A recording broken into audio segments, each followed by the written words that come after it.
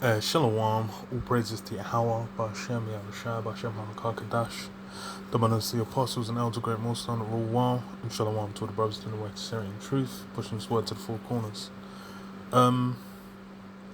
Just wanted to kind of go over, just a quick scripture.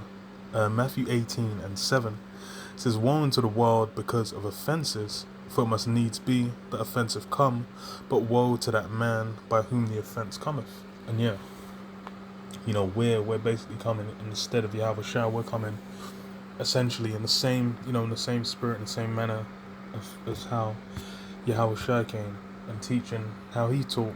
So, just as, you have various accounts of people scoffing, people talking shit, the wicked scribes and Pharisees, where they'll getting together to try and trip up Yahweh Shai, try and come against him. Because why?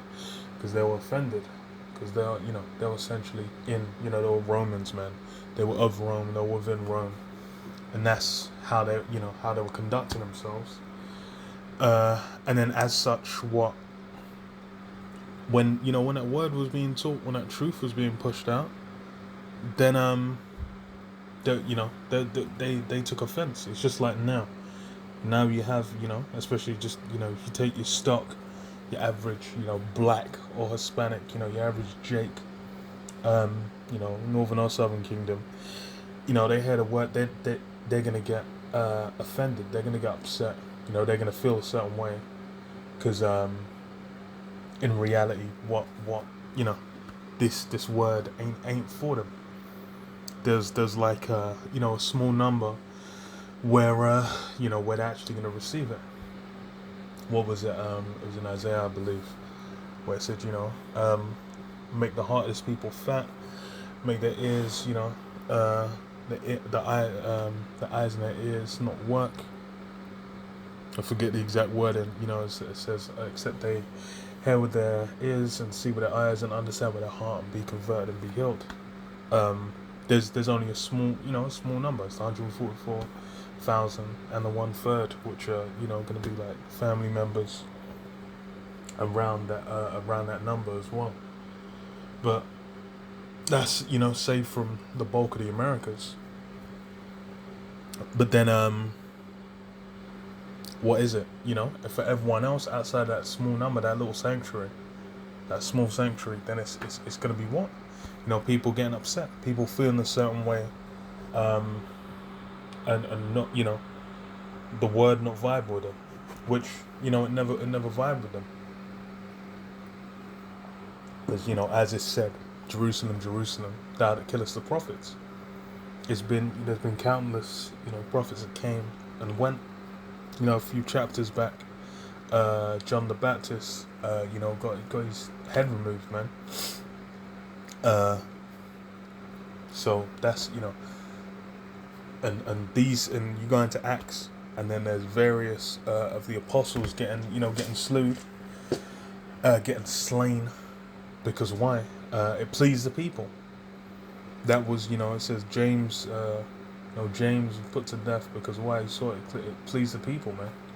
So it's like, yo, just keep killing these apostles, man. But those offenses, that's part of the deal. It's the same for now, where you got those that are offended, you got these Christians coming against you, got men like Vocab, you got men that call themselves being Israelites, which obviously they know they're Israelites. Just like you go back 2,000 years ago, they knew they're Israelites. But then that doesn't mean you're part of the body. Doesn't mean you're part of Yahweh Shai. Because what does it say, verse 8? Wherefore, if thy hand or thy foot offend thee, cut them off and cast them from thee. It's better for thee to enter into life halt or maimed, rather than having 2 hands or 2 feet to be cast into everlasting fire. Yeah, so it's better to to quell that offense. Remove the offending limb, so you can at least be saved, man. Because why? Otherwise, it's you're basically done, man. You're going to be caught up in this destruction, and now's the time where that's playing out. Because you had basically what? There was there needed to be that falling away first. That man of sin needed to be revealed. We're in a time where those things have come to pass. Jake's done falling away. There was, Jake's done been in hardcore bondage. But now, Elijah was sent again before the great and terrible day.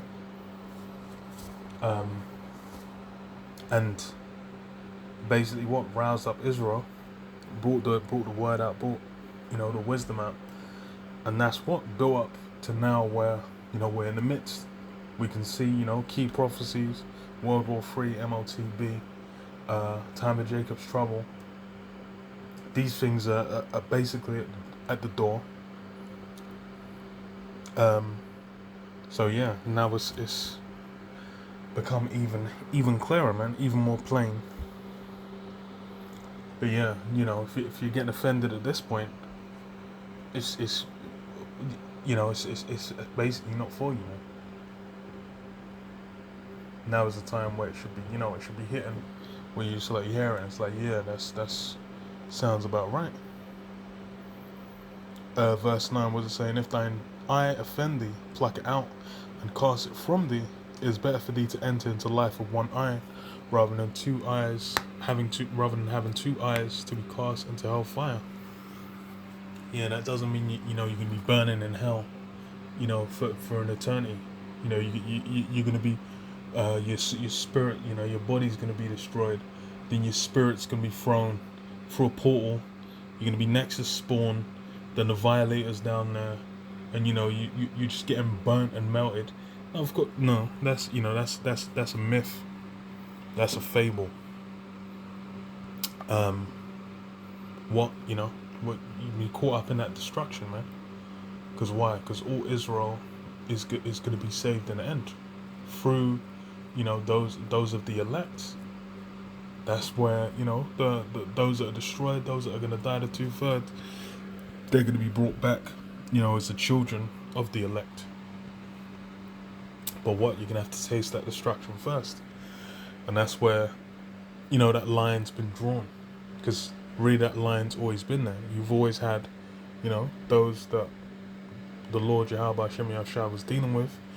And then, those that would go off and wander into the way of the heathen, or start worshipping other gods, or start doing some funky business. So yeah, those offences, they're really the source of it.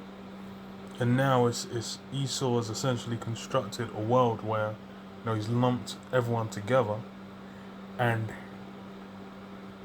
he's redefined righteousness, wickedness, or right and wrong, as they'll say, or good and evil, to where the term a good person or evil, these things are nebulous blobs, man. These things have been redefined. Now it's just confusion. If you go to, for a reference, they're going to bring out some legislation, or they're just going to say, well, the majority of people just feel a bit icky about that, which is, why we kind of have, we have these definitions. But they don't have something that you can just go to and be like, yeah, you just go to the scriptures and be like, okay, bang, there it is. Because that's not how this place has been, man. The top offended youth is Esau. Edom is the top offended youth. He's offended by everything in these scriptures, and he's basically molded a world where, in most facets they can't be applied in the real world right now. Because why? Because you end up in jail, man. You're gonna be getting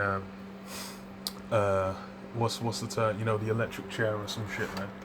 He's made a system where to observe the scriptures that can't really be done. But it's the same as with prior kingdoms, prior systems, where we're waiting on salvation, man, waiting to be saved. Those the offended ones, they're gonna get swept out of the way, and then those that are down with Yahweh Shai are gonna be revealed and showcased, man, and then raised up at the end, Lord willing. So yeah, I'll leave it there. Shalom, shalom. Yabashim Shah, Bashim Kakadash Shalom.